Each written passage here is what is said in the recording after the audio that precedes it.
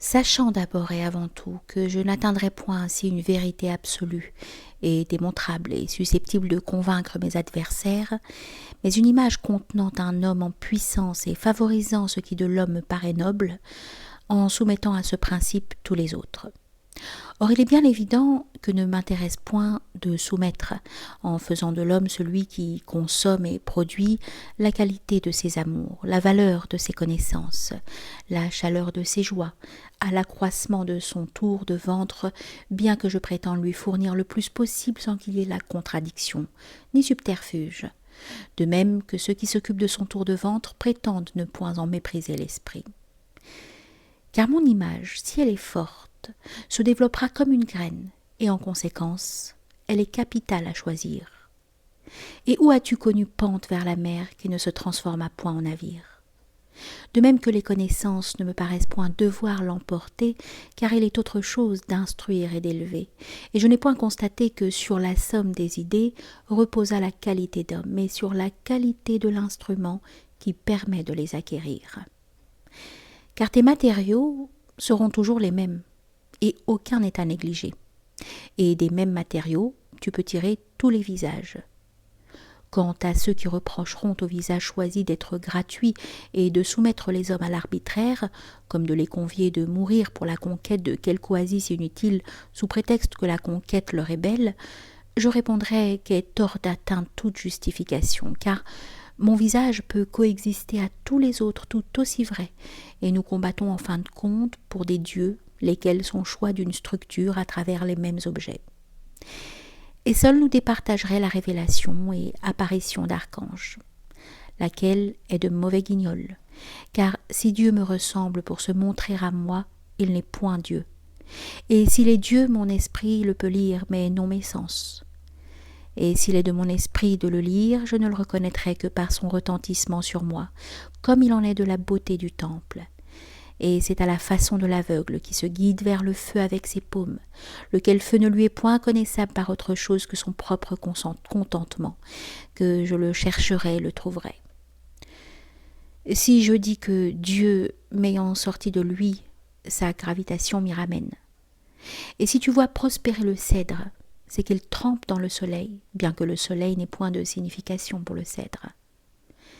Car selon la parole du seul géomètre véritable, mon ami, il me semble que nos structures ressemblent à quelque chose puisqu'il n'est point de démarche explicable qui conduise vers ces puits ignorés. Et si je nomme Dieu ce soleil inconnu qui gouverne la gravitation de mes démarches, je veux lire sa vérité à l'efficacité du langage. Moi qui domine la ville, je suis ce soir comme le capitaine d'un navire en mer. Car tu crois que l'intérêt, le bonheur et la raison gouvernent les hommes. Mais je t'ai refusé ton intérêt et ta raison et ton bonheur, car il m'a paru que simplement tu dénommais intérêt ou bonheur ce vers quoi les hommes tendaient. Et je n'ai que faire des méduses qui changent de forme, quant à la raison qui va où l'on veut. Elle m'a paru trace sur le sable de quelque chose qui est au-dessus d'elle. Car ce n'est jamais la raison qui a guidé le seul géomètre véritable, mon ami. La raison écrit les commentaires, déduit les lois, rédige les ordonnances et tire l'arbre de sa graine, de conséquence en conséquence, jusqu'au jour où l'arbre étant mort, la raison n'est plus efficace et il te faut une autre graine. Mais moi qui domine la ville et suis comme le capitaine d'un navire en mer, je sais que l'esprit seul gouverne les hommes et qu'il les gouverne absolument. Car si l'homme a entrevu une structure, écrit le poème et charrié la graine dans le cœur des hommes, alors se soumettent comme des serviteurs, intérêt, bonheur ou raison qui seront expression dans le cœur ou ombre sur le mur des réalités, du changement en arbre de ta graine.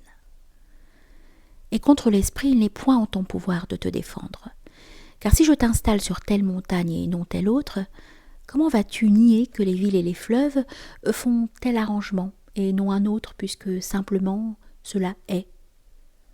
C'est pourquoi je te ferai devenir, et c'est pourquoi me voici responsable, bien que dorme ma ville, et qu'à lire les actes des hommes, tu n'y retrouveras que recherche de l'intérêt, du bonheur, ou démarche de la raison, de sa direction véritable sous les étoiles.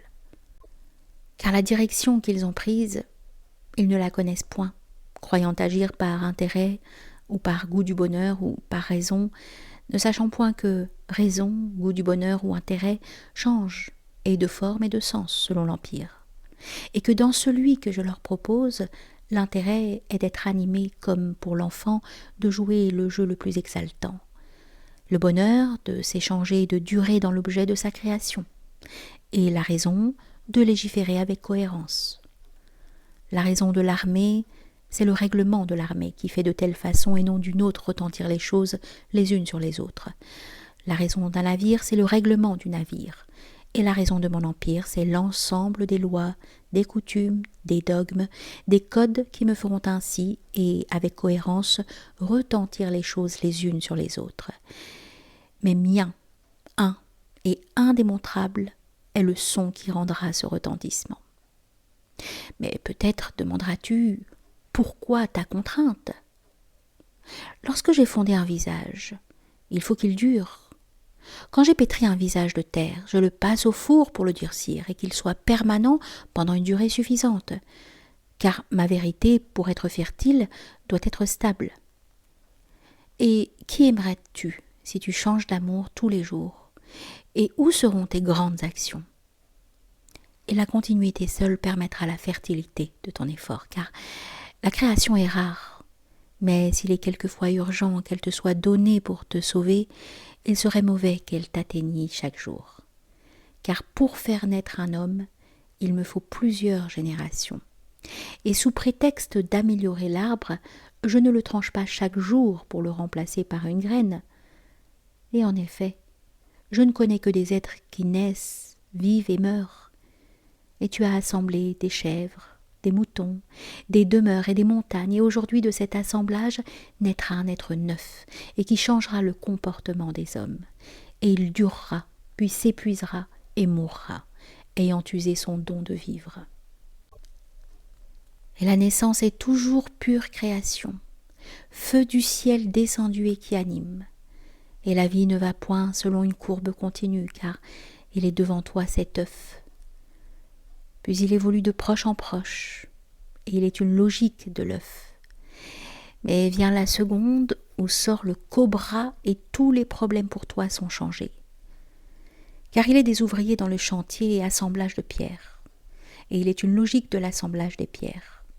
Mais vient l'heure où le temple est ouvert, lequel transfigure l'homme, et tous les problèmes pour l'homme sont changés. Et de ma civilisation, si j'en ai sur toi jeté la graine, il me faut plus d'une durée d'homme pour qu'elle pousse ses branches, ses feuilles et ses fruits. Et je refuse de changer de visage tous les jours, car rien ne naîtra. Ta grande erreur est de croire en la durée d'une vie d'homme. Car d'abord, à qui ou à quoi se délecte-t-il quand il meurt ? J'ai besoin d'un Dieu pour me recevoir. Et de mourir dans la simplicité des choses qui sont.